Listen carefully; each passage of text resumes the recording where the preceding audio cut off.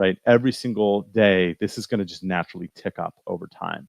So what's a really valuable thing to do is to look at your within a cohort. So let's say we have our January cohort, our February cohort. These are people who entered our environment on January, February, March, April, and so forth.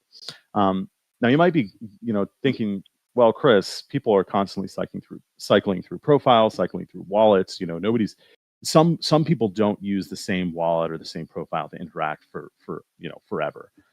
Some people do, a lot of people do, but there's going to be a natural kind of attrition in our environment that's purely due to this cycling of wallets and profiles. I'm sure every single person in this room probably has, at least 3, if not 30 different wallets and stuff like this. So there's going to be a natural kind of dumbing down of these statistics, but overall, I'm pretty happy. So if we look at the total days, this is the actual number of days that somebody shows up. So if you interact with the program, you get counted on that day. And this is pretty high. So it's 30 days compared to the total 82. So if you think of a show up rate as like the percentage of days you showed up out of the total number of days you could have showed up, that's about 40%, just shy of 40%. Yeah, somebody said they have over 75 wallets, which I just cannot imagine having to manage 75 wallets. But so this is a pretty strong show up rate, especially when you consider that kind of natural attrition, that I was talking about a second ago. So pretty strong show up metrics. Another metric that I was looking at this month is it's like day T retention or day N retention. And this is basically if you showed up on day, in, let's say January 1st, did you show up on day N+1? Did you show up on January 2nd? And those metrics, while low to start, so like our day one retention is 23%. It stays at that over time. And I don't have that statistic here, but so our day 7 is also 23%, and our day 30 is like 19%. So it doesn't drop off much. So we have a lot of people who come in and show up once, and then they don't show up again, which again, not surprising. So of the people who do return, we have a pretty good show up rate. 40% of days, people who return are showing up. One thing I didn't show in here is, so this is across like all of our programs. So this is Score, Sage, and Marketplace, and Claim Stakes. One thing I didn't show here is that the actual counts. So we have had 27,500 roughly unique either profiles or wallets that have interacted with our ecosystem. So when you can look back at that Sage DAO metric here and you see like, 1,100 people, obviously 27.5 is a bit of an overestimate because of people duplicating wallets and profiles. But think about how much growth we have just within our ecosystem, just within the Starless ecosystem, 27,500 wallets that are kind of locked and loaded, ready to interact with us, ready to do something. And the final metric I have here is this portfolio value. This is only for ship holders. Okay, I'm really, really interested in players, right? We want to look at the people who are committed to our ecosystem. Obviously, Polis holders, PvP holders, these people are committed to our ecosystem. They don't necessarily hold ships, but this is really focused on Sage. So the average portfolio value is $980, and the median portfolio value is $30. Okay, so this is obviously a large gap, and this is going to emphasize that pretty substantial difference in, or kind of that substantial, I'm going to call it the Pareto effect, which is, we have a huge, massive players that have, anywhere from $100 to $200 of assets. And then all of a sudden there are like, there's a small percentage of the population that own just thousands and thousands of dollars. So that ends up skewing, the data quite a bit, or skewing the distribution quite a bit. So rather than like a normal distribution, you end up with a Pareto distribution. So this is something that we think about, like, okay, what does our median player look like? Our median ship portfolio value is 30.25 USDC. Is there a question? No. Oh, sorry, thought I heard somebody. So obviously this is all ship holders. If we look at portfolios for Sage players, both of these numbers are much higher. So I think the median for players in game is more like, I want to say like 100 something, 125 maybe. But yeah, so this is kind of cool. These are some metrics that I've been looking at.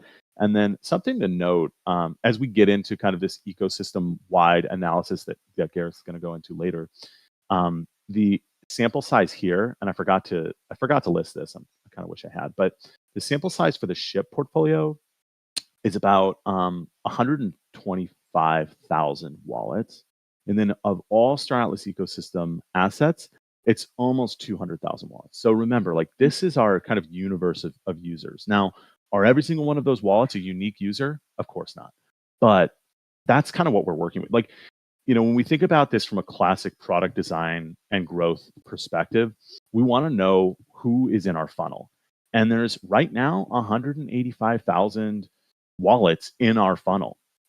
How do we get those people? How do we get them attracted to the game? Well, we keep releasing awesome products, and you guys are aware of some of the cool products we have coming out before the end of the year. So really excited about the growth potential is great here because we already have all these people in our ecosystem. All we need to do is say, hey, come play the game. We don't even have to convince other people to come into the game. And gosh, I wish I had gotten the exact numbers for you guys. But yeah, 185K roughly. Wrath, do you have the exact number off the top of your head?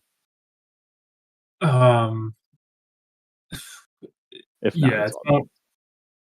yeah, it's in the it's close to your estimate, but I don't have the most recent. I got too To many be secret things on my screen to close out of this, so I can't go look for it.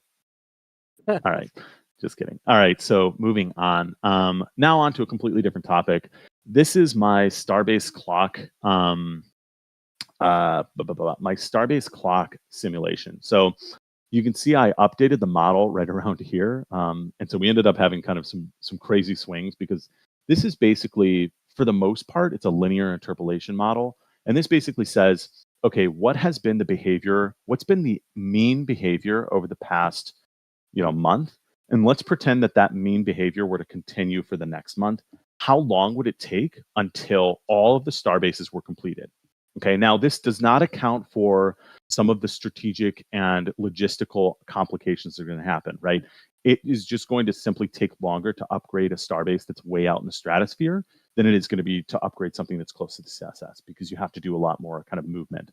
So this is just assuming that whatever the level of productivity and kind of maintenance that's happening in the game right now continues into the future. So I updated the model to be a little more sophisticated around this period. Basically, what I did was I said, okay, I implemented a weighting procedure that weighted the importance of materials. So before, it was kind of equally weighting power sources and radiation absorbers. And what I did was I introduced new weights that weight those two assets. And so you can see like there's something was happening with the data, that it was like skyrocketing for the oosters. And I realized like, oh, we need to actually weight this, because if there's a slight kind of change in the oosters behavior, their estimated time is going to skyrocket. So you can see their estimated time to complete has dropped significantly since then. So you can see Mud and Oni are floating just below 400 days.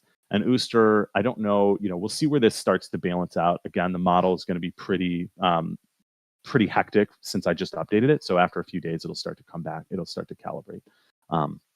But yeah, so we're looking at about anywhere between 400 and 500 days before all the Starbases are complete. So that brings us on to the next topic, which is crew. So this is the current crew counts in game. This is basically taking the player profile account data on chain and looking at the number of total crew in that wallet and busy crew.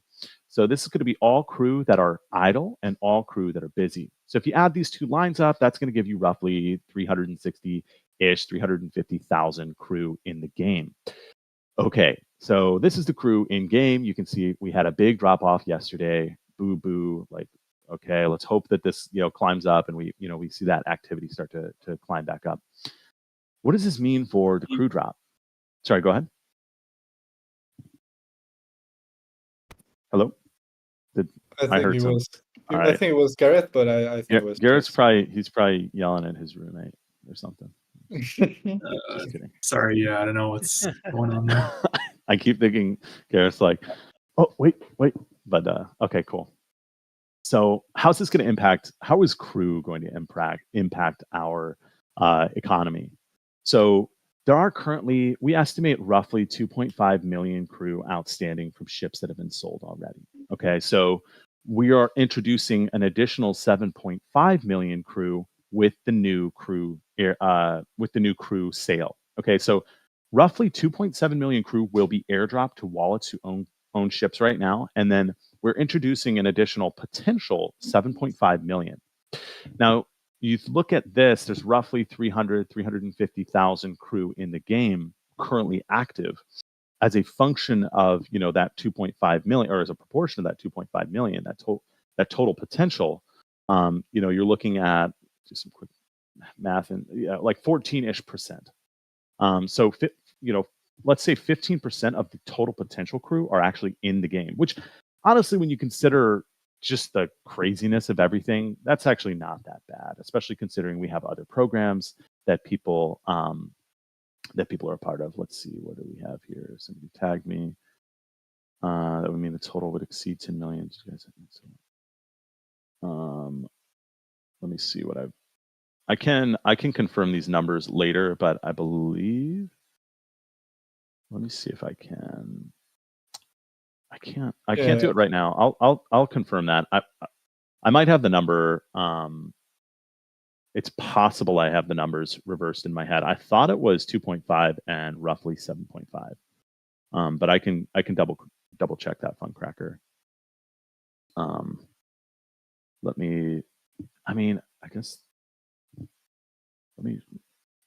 check it later. So potentially, let's stick with the 7.5 right now. We have the potential. Let's say, we sell 33% or a third of the possible Crew. That could potentially inflate the number of Crew in the game by. Okay, so Michael, if he said that might be true. So that could potentially inflate the number of Crew in game by, let's say 2.5 million more Crew are added to the game. That's like a 6x increase.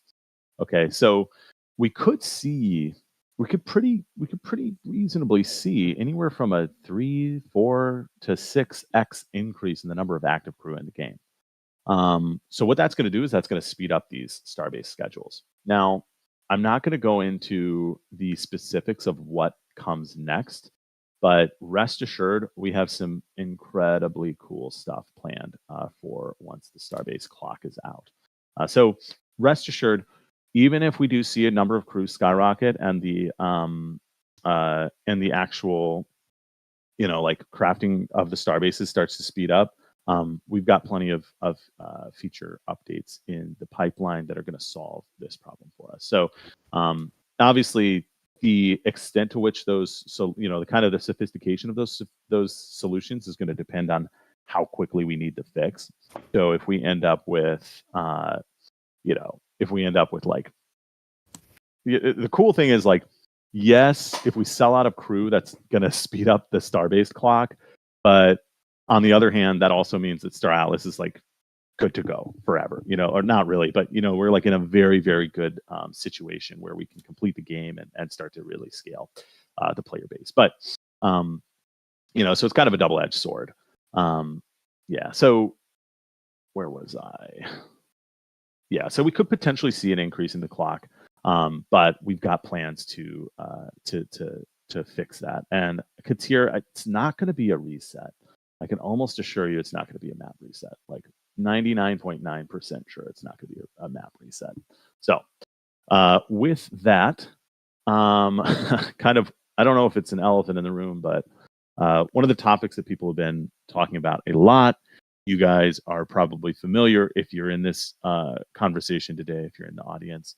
The FTX estate was basically I'm not like a finance person, and honestly, I give a shit about these guys. Like, once they're fucking done, like, they fuck these guys. But I'm not going to worry myself with the details.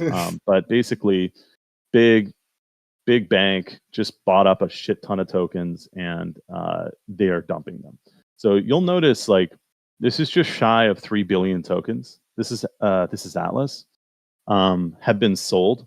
Almost all of them have been sold in the last several months. Literally, like in the last 3-4 months. That is a huge, huge, huge amount of tokens relative to the total supply. So, obviously, like that's going to have impacts to the overall market of Atlas, and then you mix that with the broader ecosystem, kind of like broader crypto ecosystem. So it's been a rough couple of months, but I mean, when you consider the scale of this, it's just kind of honestly the fact that we're still here is just like it just goes to show that our model is much more insulated and much more resilient to this type of behavior, which is really good. So I've got two different models here. I've got a linear model, which is basically just a linear regression of spend down, and then I've got a non-parametric model. A non-parametric model just means I'm not making any assumptions about like the shape of the slope or the shape of the curve. So there's a bunch of different ways to model kind of the shape of this spending behavior, and the non-parametric model just says, okay, it only looks at the last it looks at the last 2 weeks of data and forgets everything before that. Because you can tell, like this linear model, I put it in red there. That regression line is, while it matches the average slope, it's not going to be accurate to the last couple of days because these guys have really, aggressively started to spend down. So you can see they're floating there just below, according to my data, the data I have available in the wallet that I believe they are using to store the data in cold storage. They're sitting just below 300 million Atlas. And you can see there in the non-parametric model, which I think is the more trustworthy one, we should be sold out by around August 9th. Probably more like August 10th or 11th, because remember, this is actually just their cold holdings. So they have to sell that stuff. So just because it exits the wallet doesn't mean that it's been sold. So I estimate roughly, probably in the next 10 days, they'll be out. So yeah, lots of fun. And then I've also just got their Polis. You can see Polis was relatively slow and controlled for a while. And then all of a sudden, I mean, it's like they just started. It's insane. Chris, I have a question. I don't know if this is something that we were discussing. Like, is the amount that these guys are selling, what percentage of the total circulating supply is it? Like, since all they sold so far? So I mean, the total. Let me get on CoinGecko real quick to see what our estimated liquidity is right now. So obviously we know that there's like 36 billion Atlas tokens in existence. And so if we go back up here, like this is almost 10% of the entire supply that will ever exist. There's almost 10% of the entire supply that will ever exist to Atlas. Now, if we consider the current outstanding tokens, Garrett, do you happen to know that off the top of your head? I want to say we're at like 60% or 55% of the total supply is out there. I can potentially have that quite soon here. Okay. Atlas, according to CoinGecko, we have 16 billion circulating. Oh, there it is. Yeah, there it is. Okay, yeah. So roughly, around 15%, 50%, a little bit. So if you think about like the outstanding circulating supply, this is practically 20%. Well, actually, no, it's more than that. Let's see. Let's just get 2.8 billion divided by 16.5 billion. I mean, okay, no, it's 17%. 17% of the total outstanding supply. Now, that's assuming all the numbers on CoinGecko are right and the numbers that I have available are correct. I'm pulling all on-chain data, so it's totally possible they have, stuff packed away in decentralized exchanges, stuff like this. Siggy's done a much more sophisticated analysis of this, so follow his Twitter account if you're not already doing that for a more comprehensive analysis. But yeah, so I mean, like when you consider the scale of that, that's insane. That's like, you think about like the fact that they're trading so many tokens at a time, and our volume I guess the volume has kind of picked up in the last couple of, but we had been averaging like 50%, 500,000, I think, 24 hour volume for a while. Maybe it's more like 1.5. Man, Looks like that's it's insane. 1.5. It was like, I want to say it was 500,000 a couple of weeks ago, but yeah, I mean, you consider they're making up like the vast majority of the trading. It's crazy. It's insane how much they're trading, and at this stage, I think they're just basically like, we're going to get rid of these tokens no matter what, and they're liquidating everything as aggressively as possible.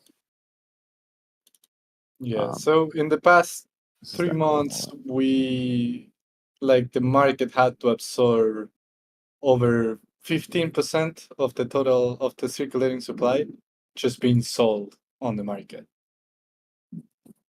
Man, or even more. Insane. That's insane. Like, this showed the resilience of this project, man.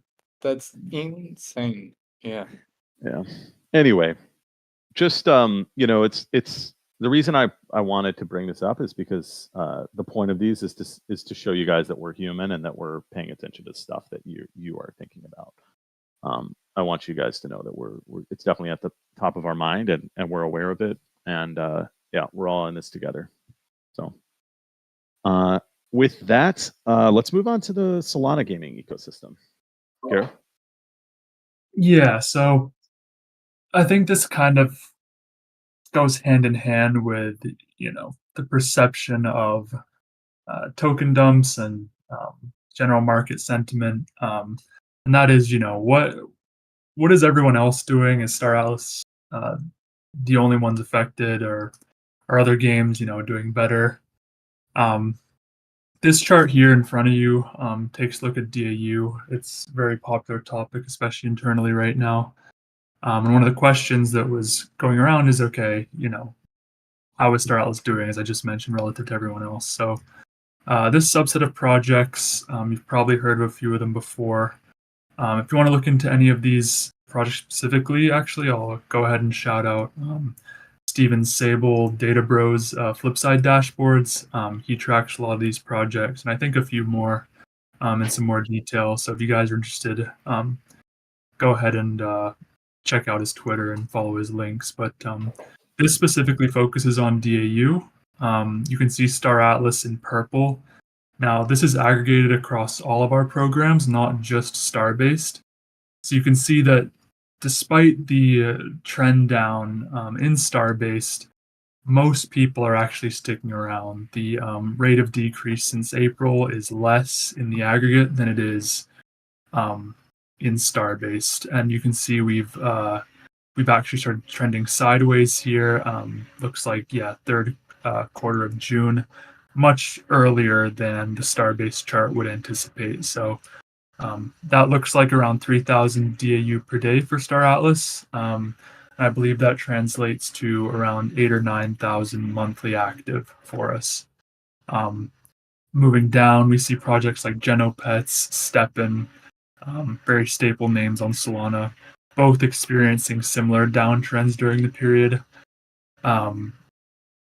Obviously, markets play a big role, but also, players are choosing the games with the largest feature set, and especially with, our releases, and notably actually Honeyland, who's less visible here. They're actually the green, much lower. Players are flocking to games with, more interesting feature releases. On the topic of Honeyland, they're one of the few that's actually seen a resurgence in their players during the period. A slight drop off close to the end of the month here. I believe they released a season pass type product that boosted their players. So you can see there is some reception to fun and engaging gameplay here. Players aren't just leaving to leave. There is room to attract, and we're staying super steady, which is great. So features like crew, features like increased StarCom stability, and stuff I cannot disclose will prove really impactful on measures like the DAU. Soul Casino, which is more of an honorable mention, they've remained extremely steady, gambling being one of those subjects that not really reflective of the markets, more a reflection of human behavior and their preferences. No one's going to stop gambling because Solana's going down or Bitcoin's going down. That's just a fact of life. So yeah, they're in there. There are quite a few other charts which I'll go over quickly that were in the larger section of the report. I do have another slide after this, but stuff like transactions per user, Star Atlas greatly outperforms. We're doing significantly more volume across our NFTs than all of these projects listed. STEPN, I believe, and Sol Casino being tied for second in terms of their volume. We capture about, I believe it's around 46% of the total DAU on Solana, putting the total, I believe, around between 6 and 7,000 currently. Now that has been much higher in the past. Meme coins gathering a lot of attention now, but yeah, given our MAU being around that number, and the MAU of Solana Gaming being, I believe, around 15,000 to 18,000, there's a lot of people that are playing that we still want to capture. So that's kind of our position here, where we are greatly outperforming. Again, 3,000 DAU across DAO, Score, Sage, Marketplace, Claim Stakes, you name it, it's in here. So very encompassing. And same with the other projects, we capture every single program. Now, one last point to make is some of these projects do have some Web 2 features, but any extraction of value, any rewarding of value or earning value, all has to go through a program ID, which is captured here. So in terms of a Web3 DAU, these numbers are accurate on the project level. And part of the reason for including this list is because they do have programs that basically encompass all of the relevant activity that we use to measure a DAU in a normal project. So whatever's left out just didn't have numbers that I felt comfortable putting into this graph. So we can move on to this next slide, Chris.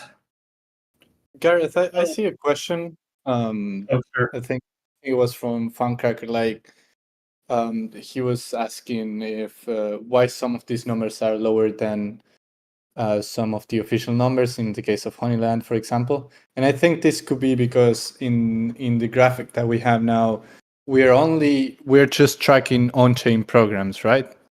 Or yeah, so Honeyland does have some Web 2 features, and I'll get to the question in a second. They do have some Web 2 features, but any value extraction, any interaction with core blockchain gaming elements is done through their program ID. So the actual users interacting with these programs are reflected in that chart. And that's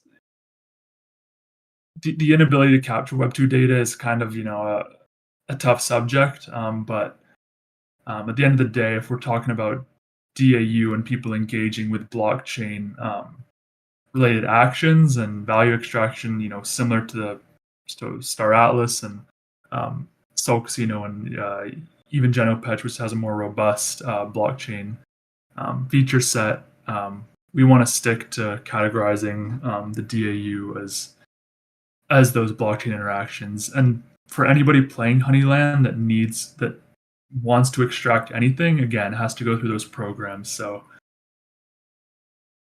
not sure what they're doing that wouldn't eventually lead to the program. From what I could tell, there's nothing that doesn't lead to a program interaction. So yeah, with respect to them being lower than their official numbers, I'll actually start by talking about this chart in front of you. This is the reported pixels DAU. Now, these are quote unquote official numbers because they're using basically every single contract interaction.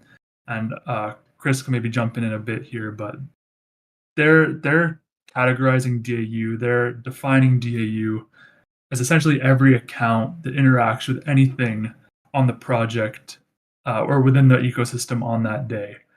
And unfortunately, Ronin Explorer doesn't allow us to get in there and fact check ourselves.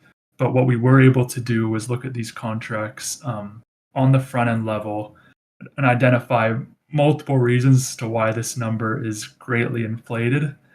Now, I haven't specifically seen Honeyland's official DAU number that they've released, but if it's anything like Pixels, it'll be a gross overestimation.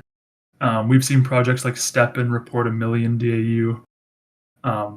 That is just impossible, if I'm being honest, based on what we see in the data. So the only explanation for that is they're measuring token interactions, smart contract interactions as part of their DAU, which isn't reflective of someone actually participating in the game. So I'll take a look. It might be the case where something's missing here, but to the extent to which I've looked into it, these numbers are pretty accurate.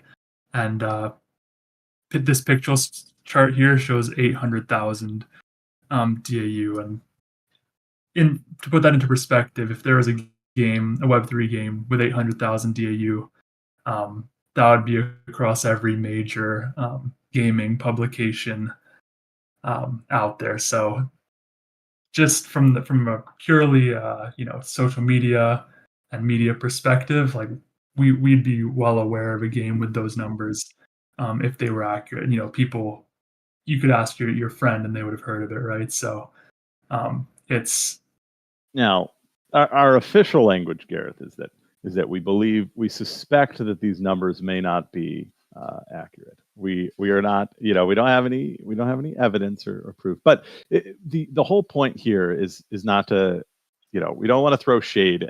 What Ronin is doing is incredibly good for the ecosystem, and Pixels is frankly a really cool project, and I like what they're doing. I think their game economy is actually pretty solid.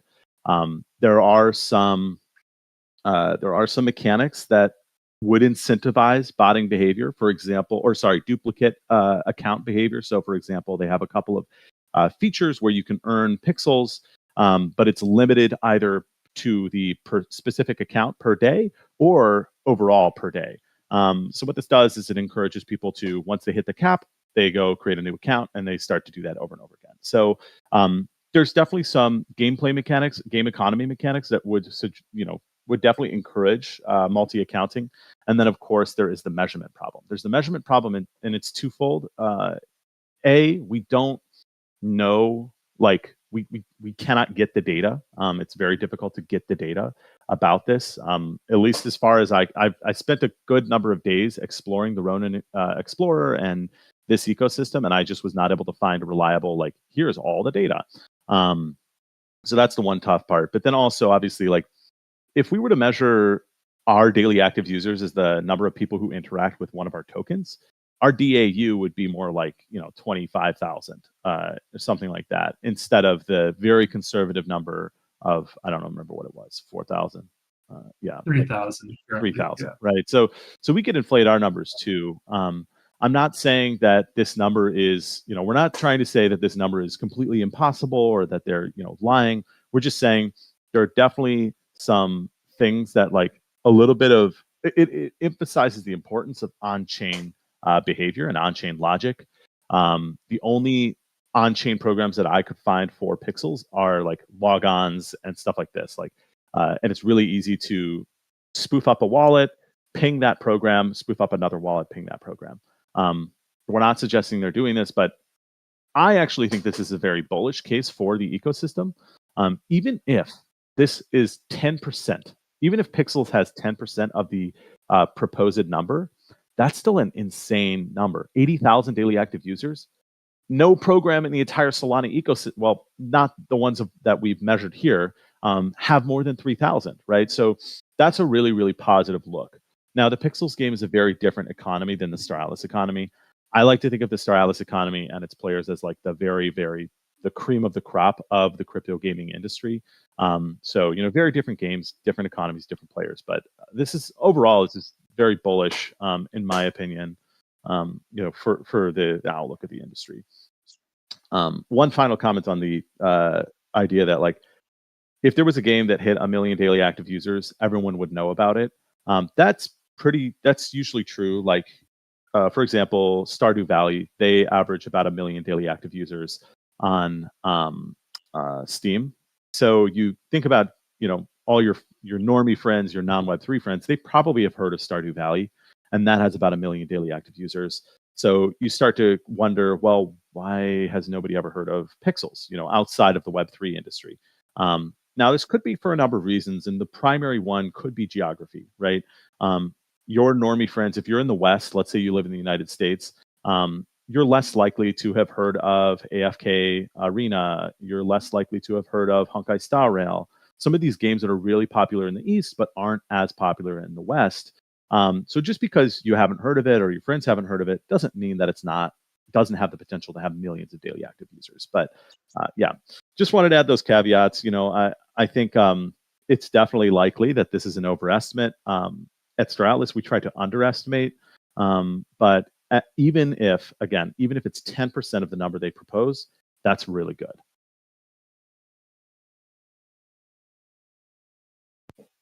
Yeah, and Ethereum is a more established chain. There are a lot of rich players on there. There's Solana's doing its best to overtake in a lot of metrics, but there are a lot more wallets on there, legacy wallets at least. So 80,000 DAU is not totally out of the question, but yeah, I agree. It has to be even a low percentage, even 5%, even dare I say 1%. That's still incredibly large, right? So we're looking at these projects. We're seeing how they're attracting users. Solana in itself right now is doing well. DAU is a big subject. A lot of people are interested in it. I don't know if there's anywhere public that has this chart. I see some comments about looking into the chart, but again, Steven Sable, Data Bros on Twitter, he'll have some comprehensive stats about some of these projects that I've listed. And a lot of stuff that I haven't covered in here, you'll probably have as well. So go take a look at those. They're on flipside.com or IO. Not sure what the domain is, but go check those out.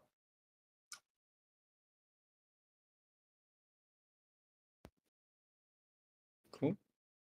Yeah, I think we are at the end, and we've got time for some questions. Perfect timing for Q&A, actually. Yeah. I know some people. My dogs just started barking. No worries. I know some people posted a couple questions beforehand, but we may actually have clarified them. So feel free to raise your hand if you have a question. We can let someone on stage or post it in the chat. We are reading the chat right now. I see some people typing. If there are no questions, we are happy to give you guys 10 minutes back. There were some questions from Katir in the Econ channel. There's a question now from Earther, and I don't know how much you want to comment on this, Chris. I know you kind of touched on it, but can you talk through your expectations about crew release? Yeah. I mean, the crew release is like expectations in terms of, I'm assuming you're just talking about revenue and like the number that we expect to release. I think also how it can impact the current economy, how it can change. Yeah, I think I spent quite a bit of time earlier talking about how it would impact the economy, so I won't address that. But yeah, in terms of our expectations, also probably won't address that. We're hoping, obviously, like we have our targets that we're hoping to hit. We have our low estimates, our high estimates, and we're very excited about the product, and I think like it's ultimately going to lead to a lot of changes in the ecosystem. Just having like the CNFTs exist is going to be huge. We anticipate, obviously they'll happen on other exchanges. They're not going to happen on the marketplace, but on the Galactic marketplace. But we should expect the Star Atlas ecosystem trading volume to increase. So a lot of positive effects. I'm feeling pretty good about the release. I think it'll hopefully, we're going to be probably releasing these right after that FTX wallet is finally done, selling into the market. So hopefully it'll set us up for a nice recovery from these last couple of months kind of sliding in terms of daily active users and other KPIs. So feeling really good about it. I think as long as the game keeps on not collapsing, we should be fine. The team is also doing a great job at working with other projects and communities to spread the word about Crew and get other communities involved. So hopefully we'll see some influx there in terms of players, again contributing to some of those KPIs that Chris just listed. But yeah, it's going to be exciting. Yeah, it's going to be super exciting. I'm very, very excited to see how it plays out. Moving on to question number 2 from Katir. I'm just going to answer a single question from you, just because of time. So number 2, assuming score ends when rentals come around, which is the plan, do you plan on rolling this bounty into UE5 events? And short answer, yes. Long answer, as you guys can tell with the release of Sage and kind of as we're shutting down score, we've got kind of this strategic look at Atlas emissions. While maintaining and aligning with our original Atlas emissions projection, we're trying to promote sustainability and growth in both the economies of Sage and eventually UE5. Obviously, there's no emissions in UE5, but one of the primary driving factors for interest in Sage is, as you all know, Atlas emissions and the economy. So being able to introduce that into the UE5 product is going to massively, massively increase the attractiveness of that product. And I think like our daily active users would potentially double once we release that earning mechanism. But yeah, the idea is to kind of balance emissions between the two products. The UE5 product is going to cater more towards dexterity and kind of skill-based reward mechanisms versus the Sage product, which is more focused on, Sage is going to be more focused on that strategic, long-term planning, economic-heavy type of player, which is not everybody. And so the idea is we're going to have an environment where anybody with any type of taste or preferences can come in and participate. And hopefully also round out the utility of different ships. Right now, there are certain ship classes that aren't as good as other ships, or ship types that aren't as good as other ships. And so we want to make sure that we're catering to all the different types of ships that are in our ecosystem. All right.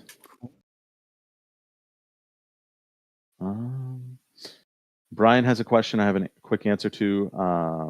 I won't comment on that quite yet. With respect to the UE5 economy loops, but rest assured, it is definitely something we are thinking about and working on. Icy's got a few questions. Let me read some of these and see which ones are quick answer.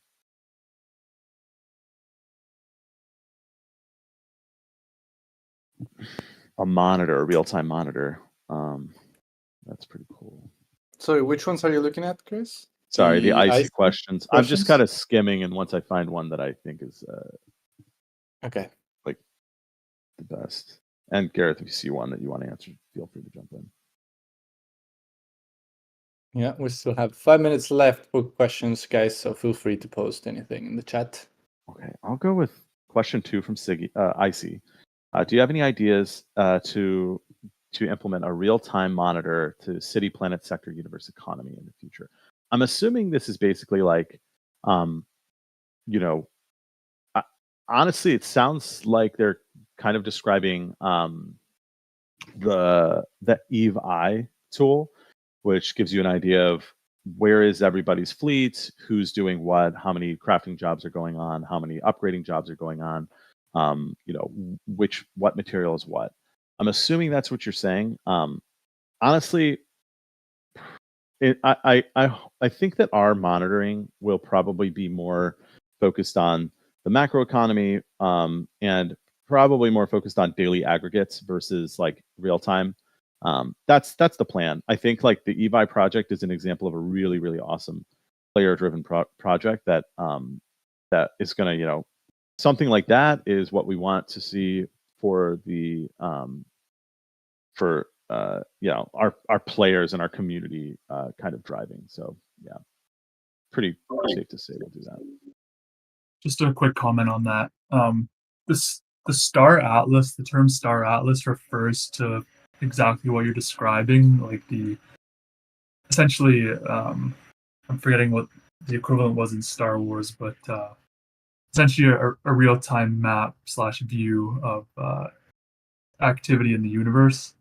And I believe that is still, a top gameplay feature for Danny down the line. And from on our side, all that's going to mean is, making sure that the data that's being visualized, whether in UE5 or on a separate client, is accurate. And then, the game designers and UE5 guys can take that and create a visual that's maybe less front end intensive than the stuff we're doing. It gives you guys a cool 3D visual. But yeah, third party tools like eBuy will likely, at least in the shorter term, be a better resource to track real time measures, especially in Sage.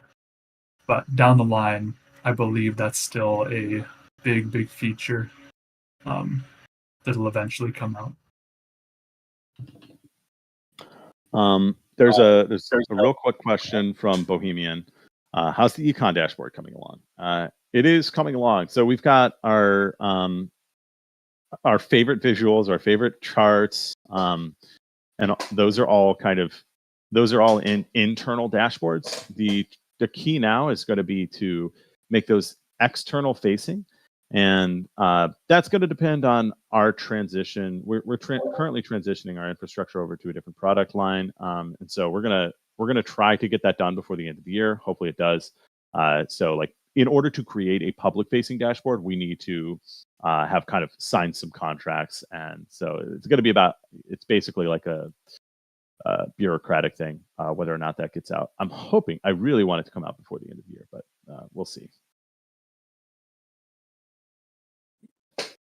For now, you'll have to come to the forum.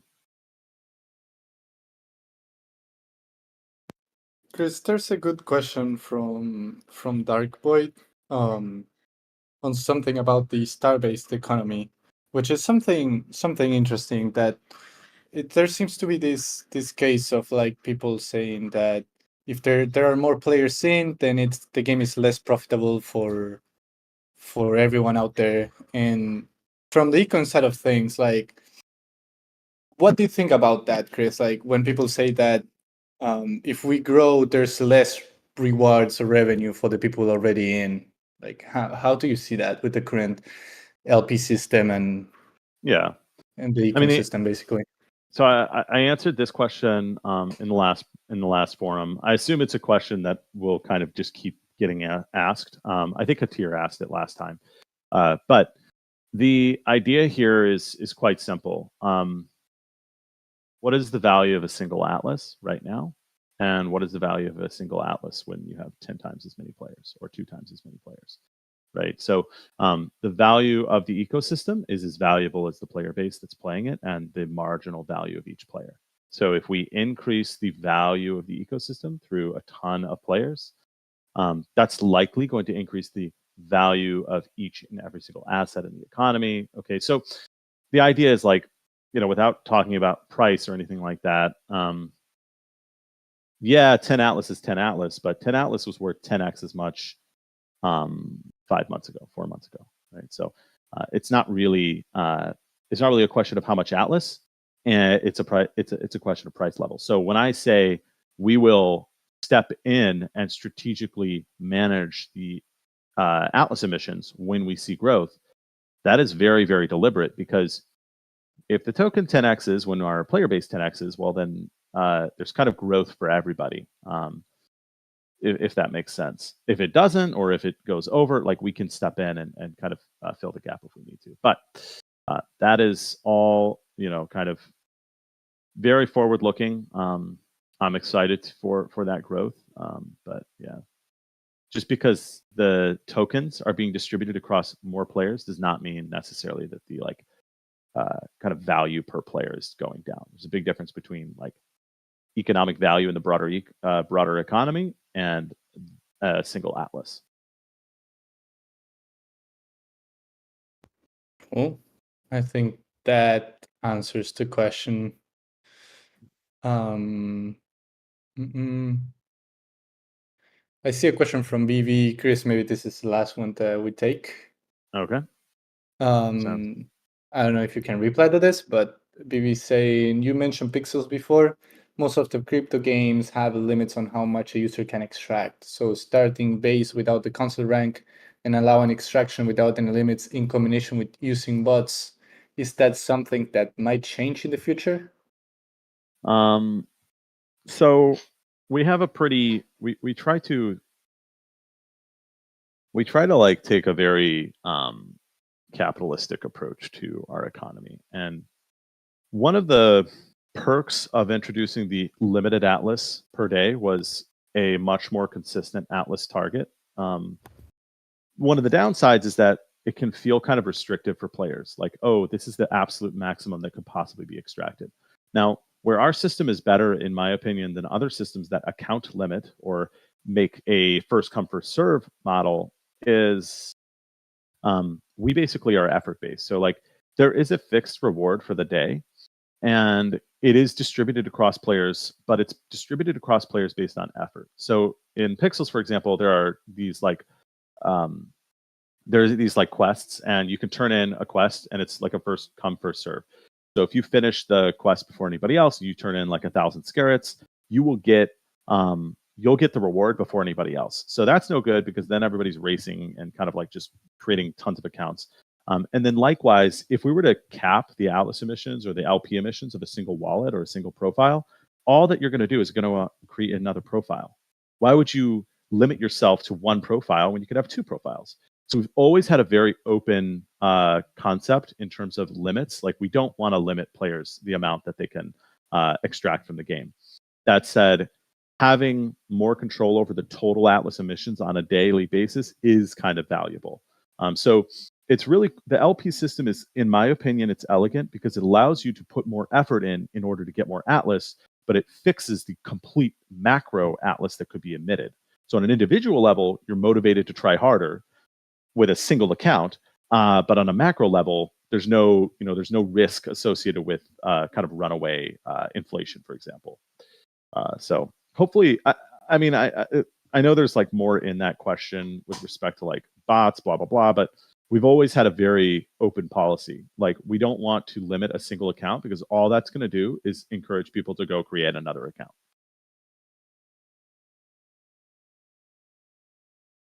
Cool. I think that covers it. We are 5 minutes over the hour, so I think we can close here, unless there's anything else, Chris or Gareth, that you guys want to add. I don't think so. Yeah, no, I'm happy with what we've covered so far. Cool. Well, thank you so much, Chris, Gareth. Again, appreciate a lot the insights, and I think that I speak for the whole community when I say these are really valuable, and happy that we're doing this every single month. So Awesome. if you joined late, don't worry. I don't know if Star Atlas TV was recording, but we'll send the recording to them so they can upload and you can catch it later. So don't worry. But yeah, also make sure to mark us interested for the next ones. I just posted the link in the chat. You just have to mark us interested there in the band link. So yeah. Thanks everyone for joining, and we'll see you next month. And also next Wednesday, we have the Atlas Room number 123 on how to get ready for crew packs. So just share that link in the chat as well. Make sure to mark us interested. And yeah, we'll see you next week and next month in the next Stratos Economic Forum. So yeah, thank you, Gareth and Chris, again, and see you next time. Bye bye. Thanks, Thank guys. you guys. Bye. See ya. Thank you guys.